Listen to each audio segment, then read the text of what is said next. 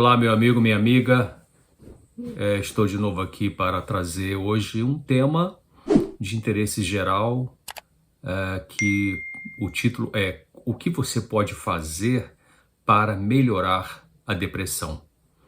Pode ser para você, que tem algumas pessoas que estão mandando mensagens, comentários, né, do meu vídeo, falando que estão deprimidas, ou pode ser para você ajudar alguém que você conhece que está com depressão. Mas antes do tema, eu queria avisar que realmente o meu site doutorcesar.com ainda está com problemas, foi atacado por um vírus aí e foi bloqueado o acesso para que você não pegue esse vírus, né, entrando no site. Então, já foi pedido à companhia, ao provedor ali que resolva isso, mas não está sendo a solução rápida como a gente gostaria.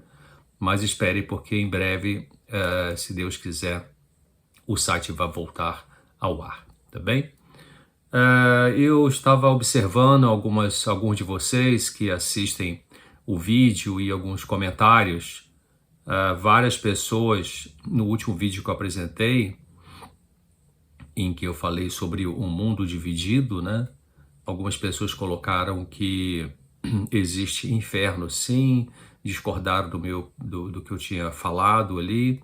Na verdade, não foi um estudo sobre esse assunto, mas como algumas pessoas, várias pessoas, não foram muitas, mas algumas levantaram essa questão, eu acho que pessoas sinceras, né? Como uma senhora chamada Rosana, não vou falar o sobrenome por questão de ética, tem várias Rosanas ali, que entra em contato com a gente, né, que faz comentários. Ela disse: o doutor não está pregando a verdade 100%, e aí ela explica que essa questão de que, segundo a Bíblia, existe inferno sim, que Deus não é só um Deus de bondade e amor, mas é de justiça e de equidade. E eu concordo plenamente com a senhora, que Deus realmente é um Deus de bondade e justiça, de bondade e amor e misericórdia, mas também é de justiça. Felizmente, o Deus que eu acredito, que é o Deus da Bíblia, ele é assim, tanto que a cruz são dois paus, né? Justiça e misericórdia, misericórdia e justiça. Mas obrigado pela sua observação, obrigado a vocês que fizeram essa observação. Então eu vou preparar um estudo especificamente sobre o que a Bíblia fala sobre inferno, tá? Aguarde um pouquinho, não sei exatamente quando vai ao ar, mas vou preparar, tem muitas coisas para fazer, outros temas também que estão me pedindo. Também foi colocado algumas pessoas colocaram essa observação sobre a parábola do rico e do Lázaro na Bíblia, que aparentemente quem está no céu se comunica com quem está no inferno. É uma parábola realmente de difícil interpretação, mas como 3 ou 4 pessoas comentaram sobre ela, eu também vou gravar um vídeo, se Deus quiser, sobre essa parábola especificamente, para colocar aquilo que eu entendo que é o que a Bíblia quer dizer, porque nessa parábola dá a impressão de que existe o inferno literal, mas aguarde um pouquinho também, tá bom? Alguém aqui que não se identificou colocou que Jesus ele nunca viveu na Palestina na época de Jesus. Essa é a frase da pessoa, né? Jesus nunca viveu na Palestina. Na época de Jesus tudo era Israel. Por favor, não vem com essa. Meu amigo, minha amiga, olha, eu quando estava falando o assunto para me referir à terra onde Jesus viveu, eu nem pensei em detalhes, eu só falei a primeira palavra que me veio à mente, né, a consciência, que foi na região da Palestina. Talvez você tenha feito essa observação, considerando aí esse conflito, né, que existe entre Israel e o grupo terrorista Hamas, a situação horrível ali que está acontecendo. Talvez você tenha pensado que eu tenha pensado em usar a palavra Palestina, me referindo de alguma forma a esse conflito. Se você pensou isso, você errou totalmente, tá? Realmente nem passou pela cabeça essa questão aí quando eu estava falando, apresentando a ideia, apenas comentei sobre onde Jesus vivia naquela época que ele esteve aqui no planeta Terra. Cuidado para você não julgar as pessoas, tá? Uma segunda coisa aqui, esse indivíduo chamado Saulo, ele disse que fez uma crítica porque eu disse que faltam poucos anos para Jesus voltar. Ele falou assim, falar que faltam poucos anos para Jesus voltar é presunção. Saulo, obrigado pela sua observação, mas olha, quando eu falo que faltam poucos anos para Jesus voltar, eu não tenho noção, claro, só Deus, o Pai, é que sabe, Jesus é que sabe o dia e a hora da volta dele, para fazer o juízo final e aí estabelecer um mundo finalmente de justiça. Ninguém sabe o dia e a hora. Jesus mesmo falou isso, ele falou que ninguém sabe o dia e a hora. Só o Pai, enfim, e agora que ele está no santuário fazendo a atividade dele, aí ele sabe. Então pode ser 5 anos, pode ser 15, pode ser 12, pode ser 37. Eu espero que não seja muito, mas os sinais são claríssimos de que não estamos muito longe, né? Então também cuidado com com o seu julgamento. Bom, vamos então pensar um pouquinho sobre depressão. A depressão é um tipo de sofrimento que, infelizmente, tem algumas recaídas em algumas pessoas. Para alguns casos, a pessoa que teve depressão pode fazer algo para evitar que ela recaia, né? Ou que ela fique o tempo todo ali naquela situação. Então, eu queria trazer uma ideia bem prática, assim, do que pode ajudar e pode funcionar em algumas pessoas deprimidas para que ela saia daquele estado de um nível de sofrimento desagradável, dolorido, e que fique a maior parte do tempo talvez se sentindo melhor, ou um pouco melhor, ou bastante melhor, depende.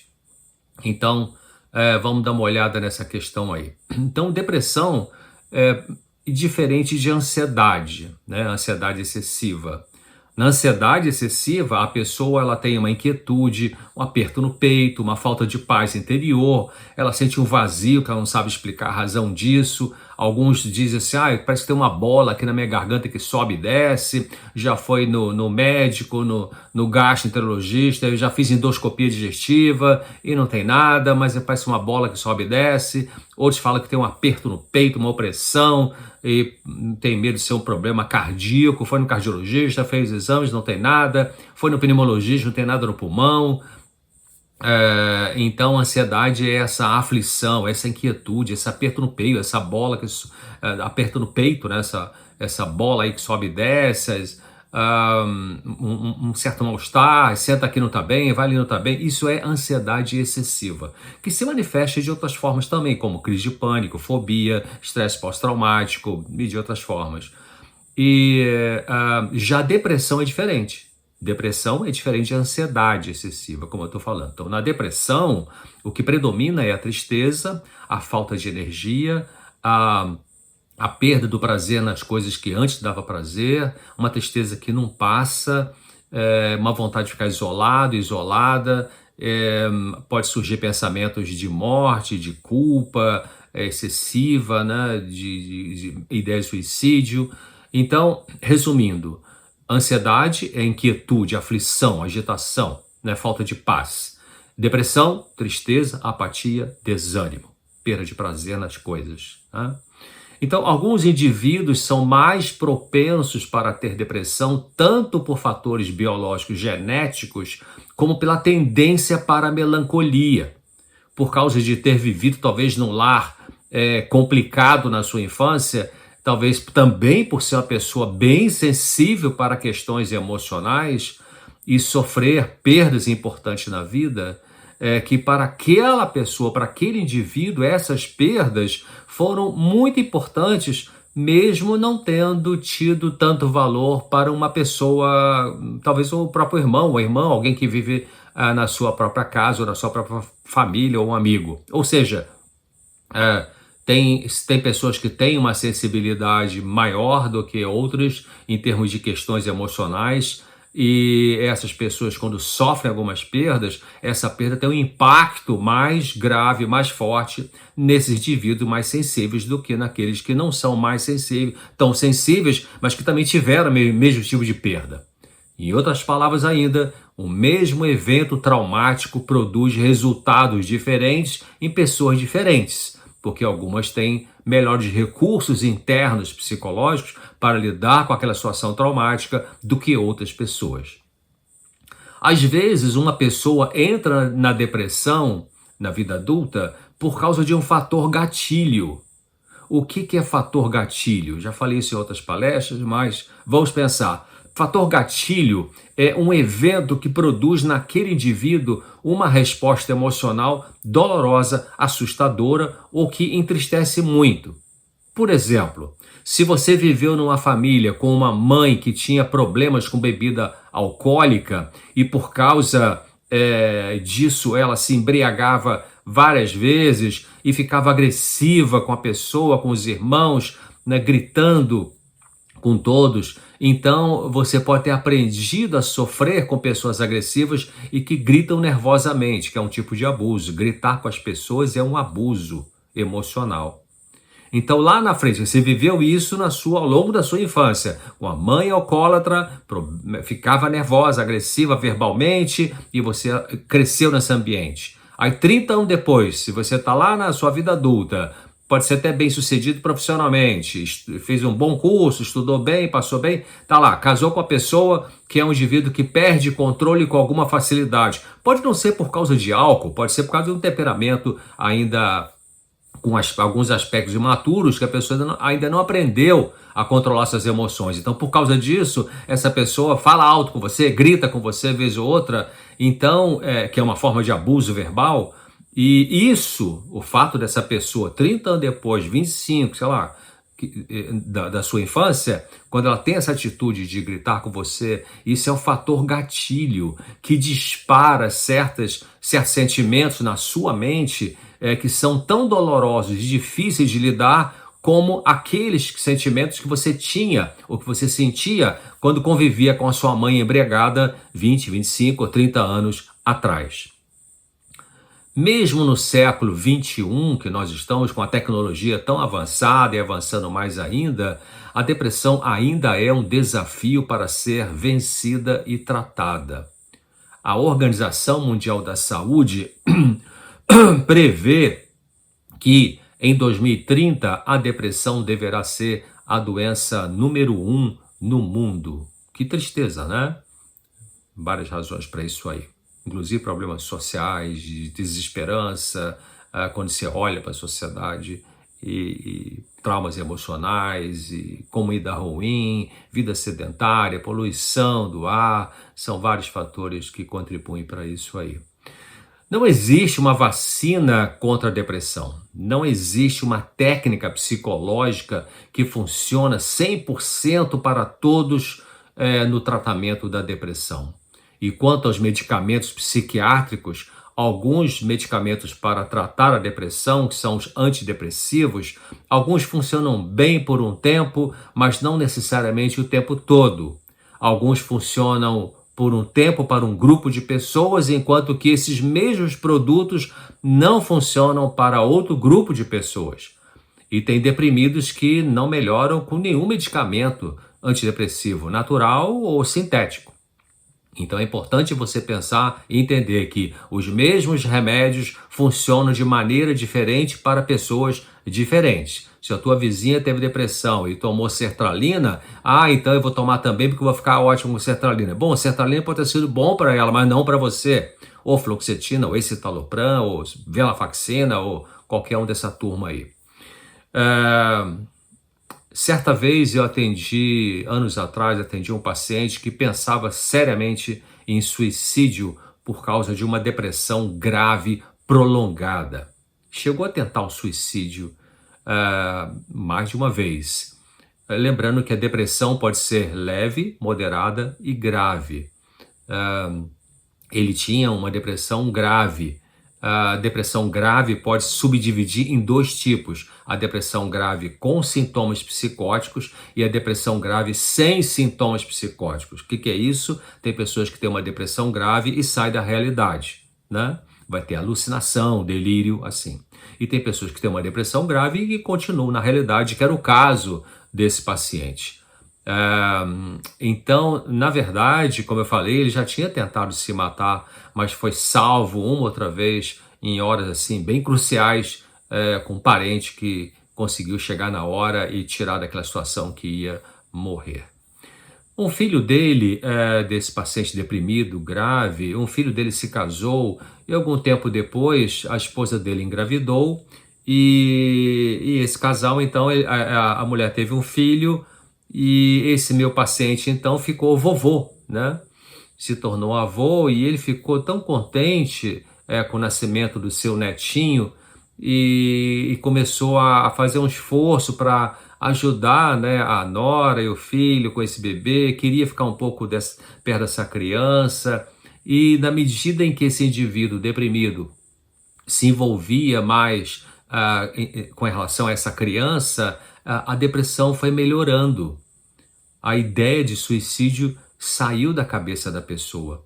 Então foi muito importante que ele pudesse ter contato com o bebê enquanto e depois foi crescendo, né? Enquanto seguia com o tratamento da depressão. Então pensar na criança, ocupar-se com ela, visitá-la com frequência, ajudar a família do seu filho a cuidar do bebê, foi vital para aquele homem, mesmo que no começo fosse difícil ele ter vontade de fazer isso, um pique para fazer isso, a energia para fazer isso, mas ele ficou contente com a chegada de um primeiro netinho, né? Então eu posso dizer que a dedicação desse indivíduo para com seu neto salvou a vida dele, porque amenizou muito o estado depressivo. Eu acho que foi o melhor remédio para a depressão dele, na verdade. Então isso nos ensina algo importante para o tratamento do estado depressivo. Se uma pessoa deprimida fizer esforços para se dedicar a uma causa que pode ser ajudar a criar um neto ou visitar o orfanato com regularidade na sua cidade, pelo menos uma vez na semana, e fazendo alguma atividade útil ali com as crianças, né, que são órfãs daquela instituição, ou se o deprimido visitar regularmente um asilo e ajudar os idosos, os velhinhos ali de alguma forma, ou ajudar numa outra atividade voluntária de assistência social, quem sabe na sua comunidade religiosa ou em outra instituição, essa atitude de sair de si, parar de olhar o seu sofrimento e olhar a necessidade do outro e fazer algo por esse outro, isso poderá tirar a pessoa do estado depressivo, pelo menos uma parte do tempo, ou aliviar bem o sofrimento que a tristeza produz. Para um deprimido, acho que vale a pena fazer esse esforço. Então, se você está deprimido, deprimida, faça esse esforço. Você pode pensar assim, quando eu estiver melhor eu vou fazer, mas não é assim, você vai fazer para poder melhorar, não é melhorar para poder fazer. Então, faça esse esforço. Se você não tem nada a ver com depressão, felizmente, se você conhece alguém, ou pode ser um parente que convive com você, ou um amigo, um vizinho, fale isso para essa pessoa, né? E quem sabe até no começo você pode se oferecer para participar junto com o deprimido de uma visita lá no orfanato ou no asilo, né, ou numa atividade filantrópica altruísta. Isso será bom para o deprimido, será bom para você que vai ajudá-lo e será bom para as pessoas, né, que vão receber aquela visita de ajuda ali. É importante, eu repito, o deprimido entender, que a pessoa deprimida entender que não deve esperar se sentir bem para ir fazer uma atividade desse tipo. Mas é fazer essa atividade, faz um esforço melhor que você puder para então ir fazer e aí você vai se sentir bem. O bem-estar vai vir depois, não vai vir antes, né? Por isso não fique esperando estar melhor para ir. Vá, porque é isso que vai fazer você melhorar. Faça o teste para você ver. Comece hoje mesmo, né? Comece amanhã, essa semana, né? Pense aí onde é que tem se você já conhece o local, ou se na sua comunidade já tem atividades filantrópicas, então se ofereça como voluntário, né? Ou você vai descobrir onde é que tem, se você não sabe ainda onde é que tem, um orfanato, um asilo, enfim, toda cidade geral tem isso aí, e vai lá e procure saber como é que você pode ajudar, nem que seja 1 hora por semana, 1 hora por semana, né? E depois aumente, talvez 2 horas por semana, claro, dependendo também de como funciona aquela instituição. Eu tenho certeza que isso vai produzir uma melhora no estado depressivo, você vai melhorar, essa pessoa que você conhece e quer ajudar vai melhorar. Tá bom? Muito obrigado pela sua atenção e espero aqui no próximo vídeo, se Deus quiser. Até lá.